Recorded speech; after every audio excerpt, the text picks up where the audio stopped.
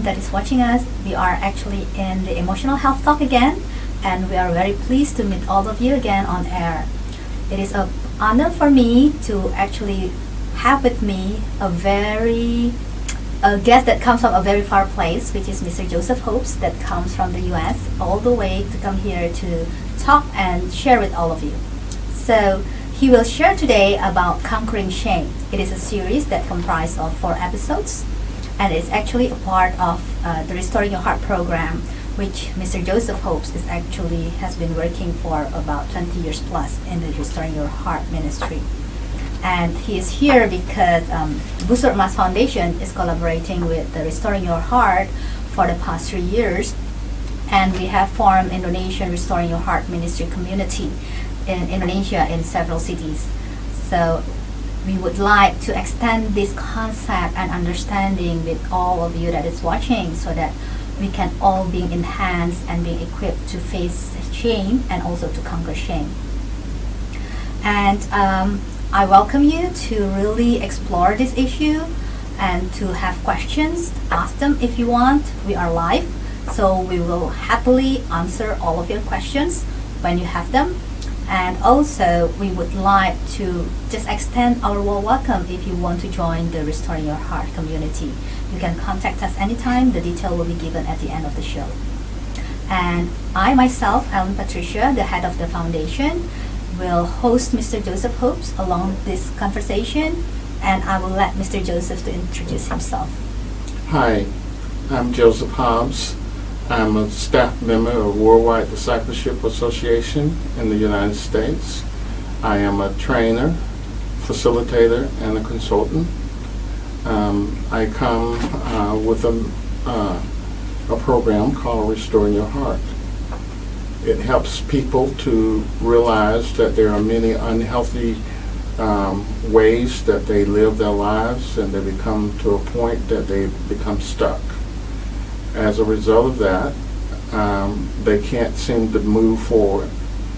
The cause of that is pain from your childhood that you're carrying around and have not dealt with. And so as a result of that, that pain become more of a stress, the form of stress and or illness if not dealt with. Well, thank you, Joseph. That is a concept that is very close to our daily life, I think. Yes. And we will start our first episode, which is, I have here, understanding shame. Yes. So we'll talk about understanding shame. So first of all, would you like to explain to us what shame is actually all about? Shame is the feeling or the belief that we are flawed, defective, worth less than others, and there's something wrong with us. Okay. And you were saying that before this, that shame affects many of us. Yes. But then we may not realize it, that we are actually being affected by shame. Right. So what do you think can be the causes of our unawareness? Shame-bound people are people who, a lot of times in their lives growing up, they have been put down.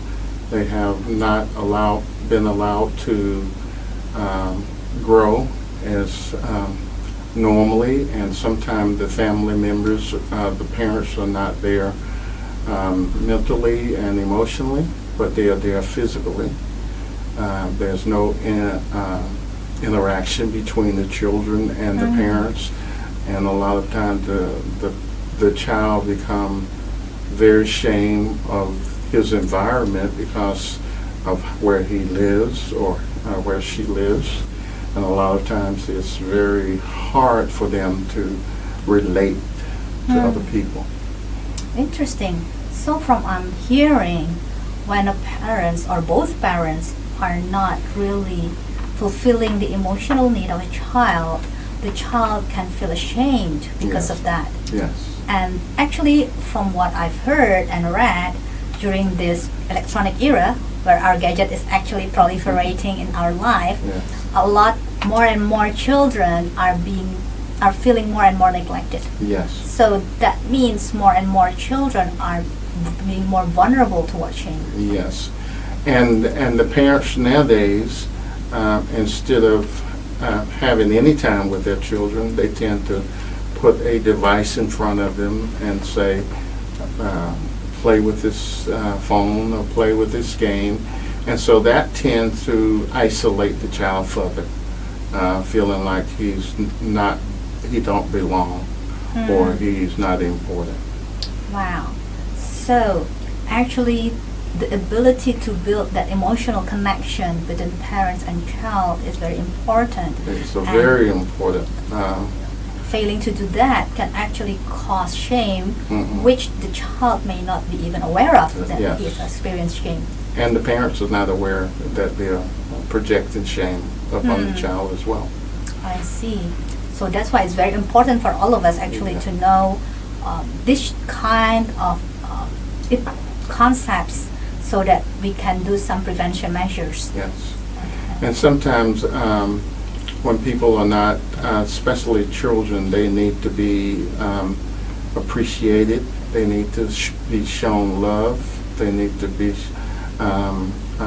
given accolades when they do something right. If those elements are missing, their sense of value is less than. So if they feel that they are less valuable compared to others, that also makes them very vulnerable towards shame. You're right. I see. Okay. And I understand that some people are, from what you're saying, that means some people are more vulnerable compared to others towards shame. Is there any specific context that makes a children very, very vulnerable towards shame? Because they are isolated, and because people, especially in young generation, where people are bullied a lot, and they become shamed because they feel like people don't look at the mistake that they make as a mistake. They began to think that I am the mistake because people keep picking on me. People keep not wanting to be with me or not connect with me or accept me for who I am. So that pushes that individual into that shame-based mode. I see. So from what you're saying, people who are being bullied is especially vulnerable towards shame. And we nowadays know that bullying is quite often happen in our everyday life. So that means our children is actually very, very vulnerable towards shame as well. And you were saying also when we make a mistake and we were bullied because of that mistake, that is also making us very vulnerable towards shame. I see. So I guess that makes it very important for all of us to, as parents, as teachers, and whoever that is working with children, to really watch out for their growth and to really be mindful about what is happening in their lives so that we can help them as early as possible before it grows into a full-blown shame. And we also be mindful about our interaction with them so that we don't unawareingly creating shame in their life. There are a lot of times when parents are not involved in the child's life. The child don't have the interaction from the parents as to how they should live, what is going on with them emotionally and physically and everything around them, and they have a lot of questions, and kids are curious, and if the parents are not engaged in their lives, then they tend to be low self-esteem. They tend to be people who sit and then they begin to judge themselves harshly. Okay. So we have talked about shame and then some context that may brought up shame. I also understand that you mentioned earlier that shame has an emotional element to it. Yes. And one of the symptoms that can be shown when a person is experiencing shame is that the person feels emotionally drained. Yes. Shame tends to drain you, It sometimes causes you to feel like you just don't have the energy to move forward. You don't have the stamina to be on a job or can relate to people. And it's as if you are in a slow motion trying to get things done, and it doesn't seem to motivate you to be happy or move forward. It's always a struggle. So I guess that is a warning for any of us Yes. when we experience such condition. But some of those emotional draining can be caused by the environment as well. It can be caused by the heat that we experience when we go outside and we'll walk for a long distance, where it can be anything that is draining emotionally in a conflict or in a talking or. So that means when we feel emotionally drained, we need to look at it more carefully to see whether it really comes from an activity, Right. or is it come from a situation that caused our emotional to be Right. drained, or is it really coming from the internal system, Right. the shame that you were mentioning? Right. Okay, so Because the shame is like an umbrella. It covers you, and everything that goes on in your world is confined, and it doesn't allow you to see outside of yourself. I see. So actually being emotionally drained can be a part of everyday life, Yes. but it can also be a symptom Symptom of shame. of shame itself. Yeah. Okay, so that's one thing that we can take into our attention and pay more attention to that in our everyday life. Yeah. And also, you were mentioning also about having this victim mentality also is a symptom of having shame in a person's life. Yeah, the point of a child when they come to a point where they are not engaged by the parents or left alone, then people began to pick on them, and then they began to think, well, why are they picking on me? And the things that they are saying is always bad, and so it's something that they take on, the saying that I'm again I'm not making a mistake, or they are not making a mistake. They are saying that I am a mistake, and so they believe that they are the one who has the problem, not anyone else. Okay. But then if they have a victim mentality, they will feel victimized by others. So it sounds like they always have this perception that others is always trying to get them. Yes. Someone is always out to get me. So why can't I get over this? Why does this keep happening to me? Why is my emotional needs is not being met? Why is I'm always in a conflict with people? I'm not getting any compliments from people. It's always negative, or always, why can't you be better? Or why, sometimes people say, well, I wish I haven't had you, or wish you was not born. So a lot of times it's just the negativity that they're surrounded by. I see. So when they're surrounded by this negativity, actually it forms them also into a negative person Yes. that has that negative perception about Yeah. others. Right. So I guess those people who has this kind of mentality, it will be hard for them to view others from a positive point of view, even though the others actually have positive intention towards them. Yes. It is very hard for them to really believe that they can produce anything positive because of all the negative vibes that they get from each other. Wow, so that is actually a very dangerous situation to be in, because it seems like those kind of people would sort of push people away. Yes. Because they always have this negative perception about others. Right. Okay. And from what you have just explaining, it seems like they are also on a waiting mode. I'm always waiting for something better to happen for me. Someone to give me the okay that I'm okay, and someone to help me to move forward, someone to encourage me, someone to not always come with negative aspects of who they think I am or should be. They are looking for connection. They're looking for approval. So it's very hard for them to really take the responsibility over their own lives. Yeah. Wow. Seems like it's something that's quite pervasive effect on a person's life. And also, the last point that what you're saying is about perfectionism, that is very closely related to shame. Yes, because the person feel inferior.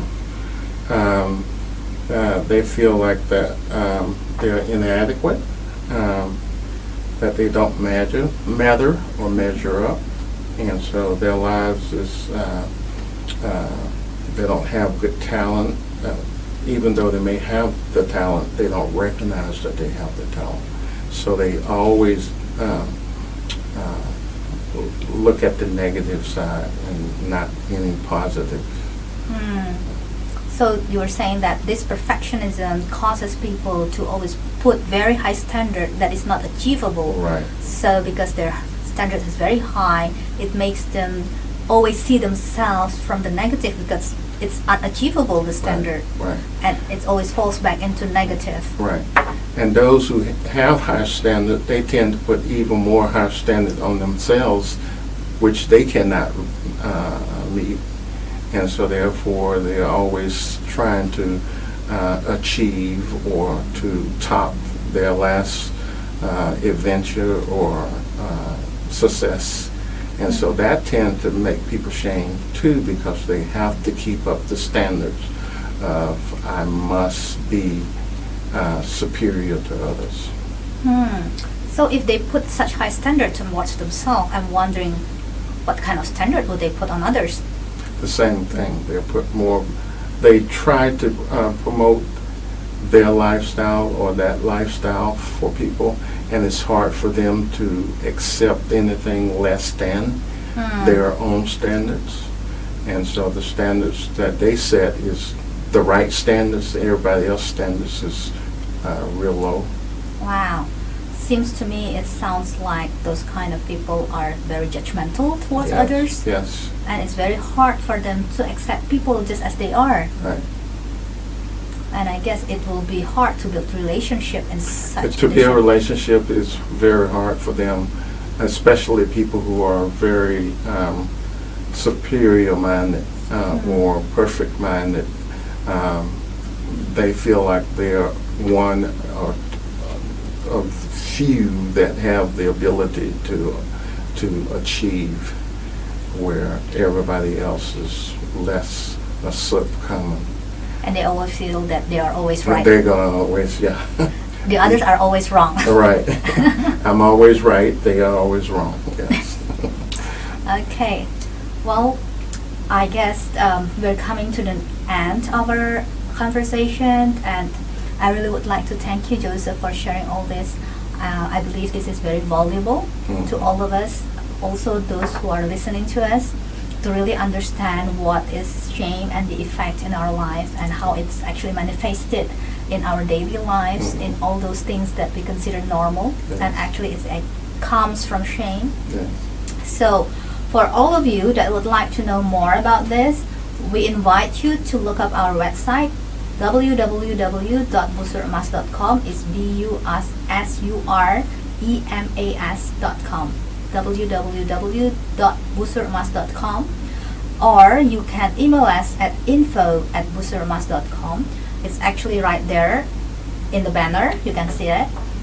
You can follow our Instagram, Yayasan Busur Emas, or you can also find us in YouTube channel under Ellen Patricia. So you can find all those information that are more detailed about it.